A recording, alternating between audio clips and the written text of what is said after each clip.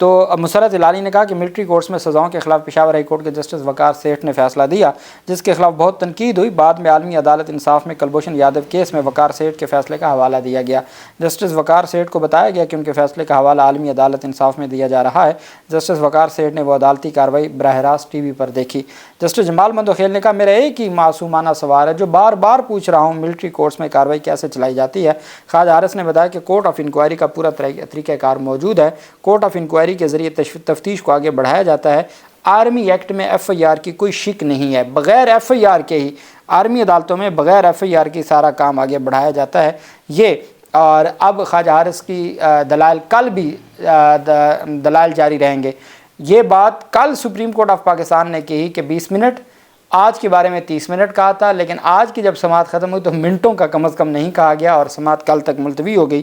Attorney general of Pakistan نے اس case میں یہ فرمایا تھا کہ جی اس کیس میں 2-3 منٹ کے بس میں نے عدالتی سوالات کے جواب دینے ہیں، اور یہ ہمارے جو صدر صاحب ہیں سپریم کورٹ رپورٹرز ایسوسی ایشن کے، جو صحافیوں کی ایسوسی ایشن ہے سپریم کورٹ کی، ذوالقرنین، وہ کہتے ہیں، ذوالقرنین اقبال، وہ کہتے ہیں کہ بڑی دلچسپ بات ہے، کچھ دن پہلے اٹارنی جنرل سے میں نے پوچھا کہ آپ فوجی عدالتوں کے کیس میں کتنی دیر دلائل دیں گے، تو کہتے ہیں کہ ان کا جواب تھا کہ میرا تو بس 2-3 منٹ کا کام ہے، اپیل کے حق پر بات کرنی ہے۔ آج عدالت کو بتایا گیا کہ اٹارنی جنرل عدالتی سوال کے جواب کی تیاری کر رہے ہیں، 2 سے 3 دن کا وقت دے دیں۔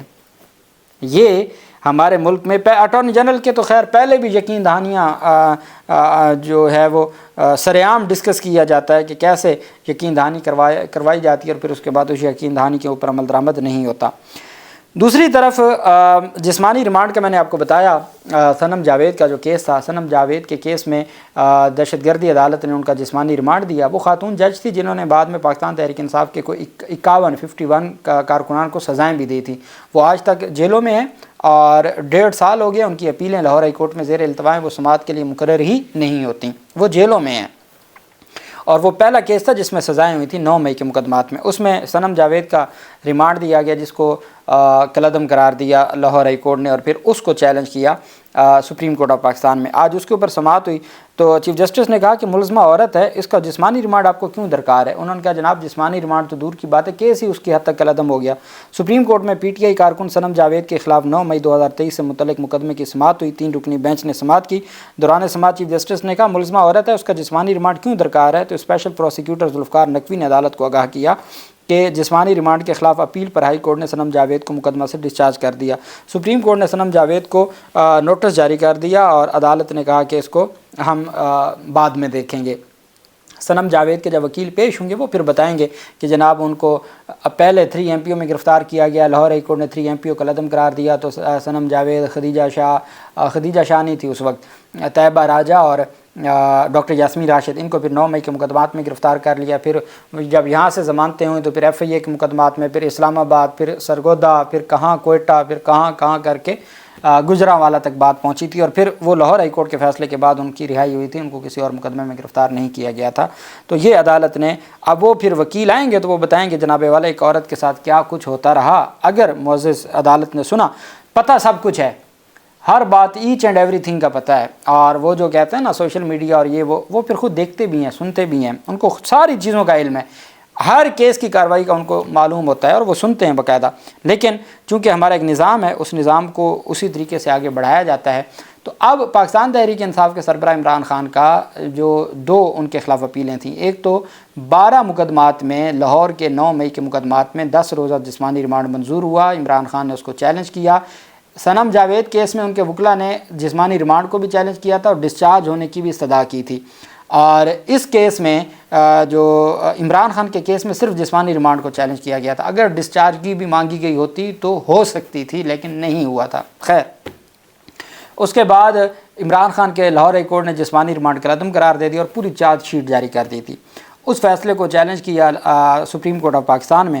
تو آج سلمان صفدر صاحب پیش ہوئے۔ سلمان صفدر صاحب نے کہا جناب والا گزارش یہ ہے کہ میرے کلائنٹ کے اوپر 300 سے زائد مقدمات ہیں، جب ملاقات کی اجازت نہیں دی جاتی میں کیا ان سے انسٹرکشنز لوں گا، میں ان سے کیا بات کروں گا؟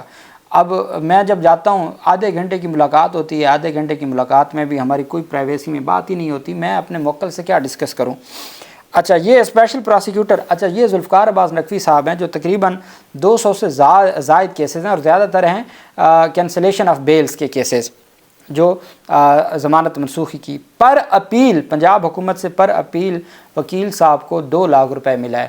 تو اس کا مطلب یہ ہے کہ اگر یہ صحافی کہہ رہے ہیں کہ تقریباً ٹوٹل ملا کے 4 کروڑ روپے پنجاب حکومت نے سرکاری خزانے سے ادا کی ہے اسپیشل پراسیکیوٹر کو، حالانکہ ان کے پاس اپنا جو پراسیکیوٹر جنرل پنجاب ہے سید فرحاد علی شاہ صاحب وہ کرمنل لاء کے ایکسپرٹ ہیں، پتہ اور وہ سارا کیس وہی جانتے ہیں، 9 مئی سے وہی ایچ اینڈ ایوری تھنگ کو وہ لے کے چاہ رہے ہیں، چلان کیا ہیں، ریمانڈ کیا ہیں، تمام کیسز کو وہ دیکھ رہے ہیں۔ اور سپریم کورٹ میں ذوالفقار عباس نقوی صاحب یہ وہ ہیں جو میرے خیال میں سائفر میں بھی عمران خان کے خلاف اسپیشل پراسیکیوٹر تھے۔ خیر اسپیشل پراسیکیوٹر نے کہا، 3 رکنی بینچ نے سماعت کی، عدالت نے کہا کیوں جسمانی ریمانڈ چاہیے؟ انہوں نے کہا جی ہم نے عمران خان کے 3 کروانے ہیں، ایک پولی گرافکس، ایک وائس میچنگ ٹیسٹ اور ایک اور کوئی ٹیسٹ ہے، یہ درکار ہے۔ پاکستان تحریک انصاف کے سربراہ عمران خان تعاون نہیں کہہ رہے۔ اچھا یا تو وہ جو اب عمران خان کے خلاف 9 مئی کا کیس یہ ہے کہ 2 پولیس والے بھیس بدل کے پی ٹی آئی کے کارکنان کے بھیس میں وہ زمان پارک میں موجود تھے کہ عمران خان اینڈ کمپنی نے کوئی بات کی، عمران خان اور ان کے جو قائدین ہیں انہوں نے 9 مئی کی پلاننگ کی۔ اچھا کیا کوئی ان کے پاس آڈیو ریکارڈنگ ہے؟ نہیں ہے۔ ان کے پاس کوئی ویڈیو ریکارڈنگ ہے؟ نہیں ہے۔ کیا انہوں نے فوری طور پہ کوئی رپٹ درج کروائی کہ اس طرح کسی جرم کی سازش تیار ہو رہی تھی اور پلاننگ ہو رہی تھی؟ نہیں ہے۔ کتنے 6 مہینوں کے بعد انہوں نے بیان ریکارڈ کروایا اور اس کے درمیان پورا جو ہے وہ جو فیکٹس ہیں ان کا آپس میں کوئی میچ ہی نہیں ہے۔ اب عمران خان کے خلاف ان گواہان کی بنیاد پہ ساری کارروائی ہوئی، تو پھر وائس میچنگ کس چیز کا کروانا ہے؟ کوئی عمران خان کا کوئی آڈیو بیان تھا یا کوئی ویڈیو بیان تھا؟ ہاں وہ ایک ویڈیو بھی عمران خان کی جو جب وہ 9 مئی کے لیے گھر سے نکلتے ہیں تو وہ ایک ویڈیو پیغام دیتے ہیں، اس کو اب وہ تو عمران خان نے کب ڈینائی کیا ہے اور کس کو نہیں پتا کہ وہ عمران خان کا ہے، لیکن وہ چاہتے ہیں جی کہ ہم یہ 2 ٹیسٹ کروانا چاہتے ہیں، پولی گراف اور وائس میچنگ ٹیسٹ۔ ابھی پولی گراف کے حوالے سے خود لاہور ہائی کورٹ کا میں نے آپ کو 2 دن پہلے ایک ججمنٹ بتائی ہے اور انہوں نے کہا ہے کہ جناب والا پولی گراف ٹیسٹ کی کوئی قانونی حیثیت نہیں ہے، چونکہ اگر کوئی دل کا مریض ہے جب وہ ٹیسٹ کرواتا ہے تو وہ اس کا وہ مثبت ہی آئے گا، بھلے وہ بیچارہ سچا ہو۔ تو اس کے اوپر تو اتنے شدید، اور پھر خود سید فرحاد علی شاہ صاحب جو پروسیکیوٹر جنرل پنجاب ہے انہوں نے لاہور ہائی کورٹ میں کہا کہ جی اس کی کیا قانونی طور پر اس کی کوئی حیثیت نہیں ہے، لیکن عمران خان کا پولی گراف ٹیسٹ اور وائس میچنگ ٹیسٹ کروانا چاہتے ہیں۔ چیف جسٹس نے کہا کہ عدالت میں ایسی بات نہ کریں کہ ملزم تعاون نہیں کر رہا، جو آپ کی کسٹڈی میں ہے وہ کیسے تعاون نہیں کر رہا؟ ذوالفقار نقوی نے کہا میں اپنے الفاظ واپس لیتا ہوں۔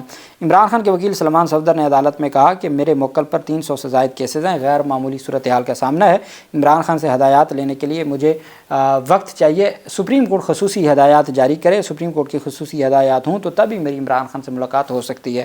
چیف جسٹس نے کہا کہ عمران خان کے آپ نے عمران خان سے ملاقات کے لیے جانا ہے چلے جائیں، ہم کوئی حکم نامہ جاری نہیں کریں گے، آپ کی بغیر عدالتی حکم نامے ملاقات ہو جائے گی۔ انہوں نے ہدایت کر دی کہ ان کی ملاقات کروا دیں، ہم حکم نامہ نہیں جاری کریں گے لیکن آپ کی ملاقات ہو جائے گی۔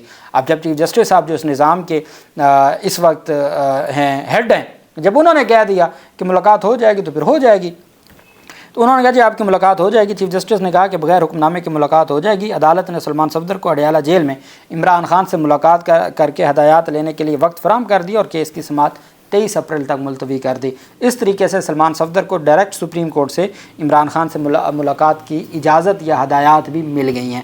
اب عمران خان جب سپریم کورٹ نے کہہ دیا تو انہیں پتہ ہے 23 اپریل کو انہوں نے جواب دینا ہے، تو اس وجہ سے اب سلمان صفدر کی تو تفصیلی ملاقات ہو جائے گی اور اس کے بعد بہت ساری چیزیں بھی سامنے آ جائیں گی۔ اللہ پاک پاکستان کا حامی و ناصر ہو۔ بہت شکریہ۔ اللہ حافظ۔ پاکستان زندہ باد۔